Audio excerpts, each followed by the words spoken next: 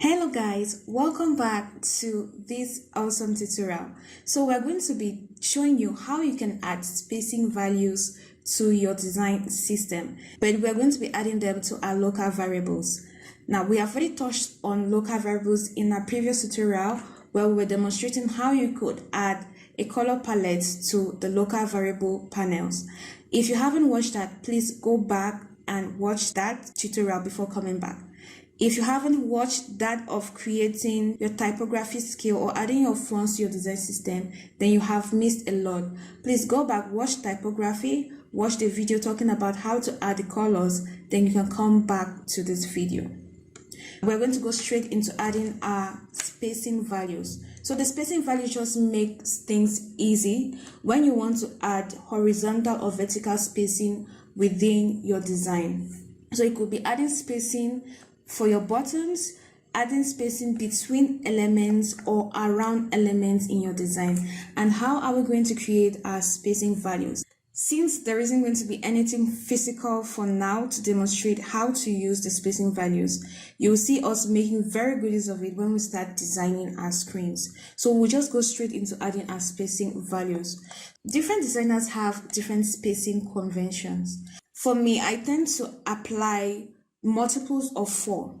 So we have 4, 8, 12, 16, 20, 24, and so on and so forth. Some may use multiples of 3, some may use multiples of 8, some may use multiples of 2. So I usually prefer using multiples of 4. I'm just telling you what I do. It doesn't mean that that is what you have to do, but it works for me. You just need to find what works for you. So we're going to add spacing values right now. The first thing we're going to do is to create a variable. So we'll come below, we'll have create variable. We're going to select number variable.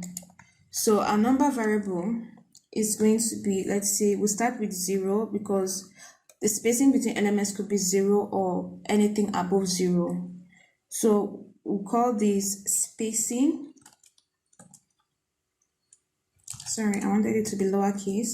Spacing // remember that / enables us to create a group, and we'll just call this 1.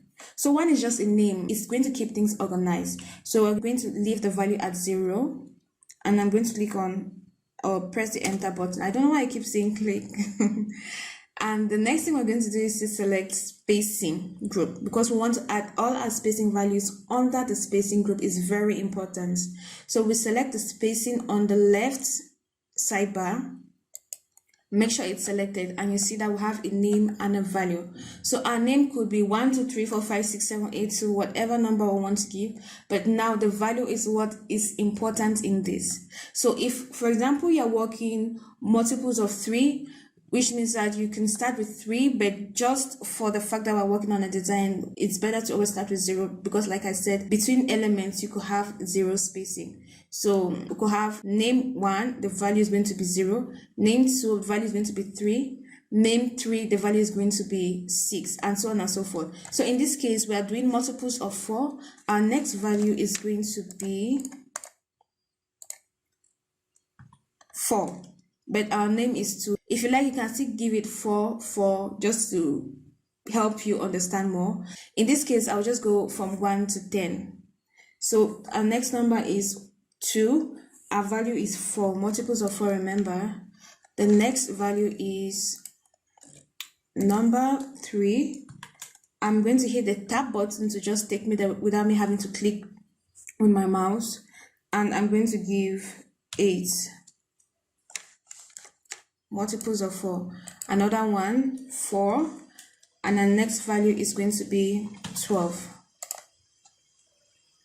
Number 5, and next value is going to be 16. Number 6, next value is going to be 20. 7, 24, 8, 28,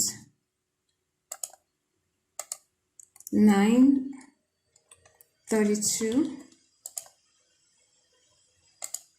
10, tab, 36, number 11, 40, 12, I want to get to 56, 44,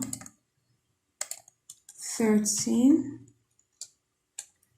48,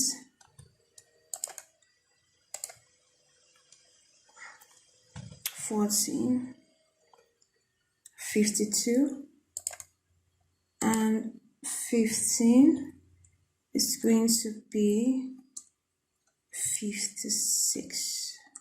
Okay, so I've created our spacing values. What I'm just going to take advantage is to create a border radius. So we're going to see border radius. Border radius are just how round the edges of a square or rectangle is going to be. So we're going to add that when we are creating our buttons. I'll just seize this opportunity to add border radius to our collection.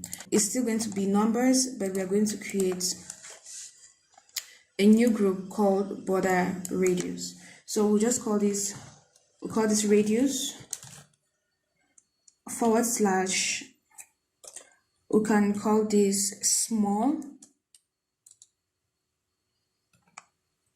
Okay, now make sure that your radius is selected first. When it's selected, because this is what we just added, we want to change the value. So we're going to make our value to be really small too, and we'll add another value. Number, we'll give this a medium, and we're going to give this 4. The next number is going to be large, and we're going to give this 8. Remember, this could be any value, it doesn't have to be this. Extra large, we'll make this 12. We'll just give extra large, we'll make this 16. And for round, that is a fully rounded rectangle, rounded, we'll just give this, it could be 100, but I'll just give this 9999. Okay, so we're good. We've created our radius. You will see us applying this when we want to create our input forms and our buttons, which is going to come up in the next tutorial video. So guys, thank you for watching this, and stay tuned for our upcoming tutorial videos.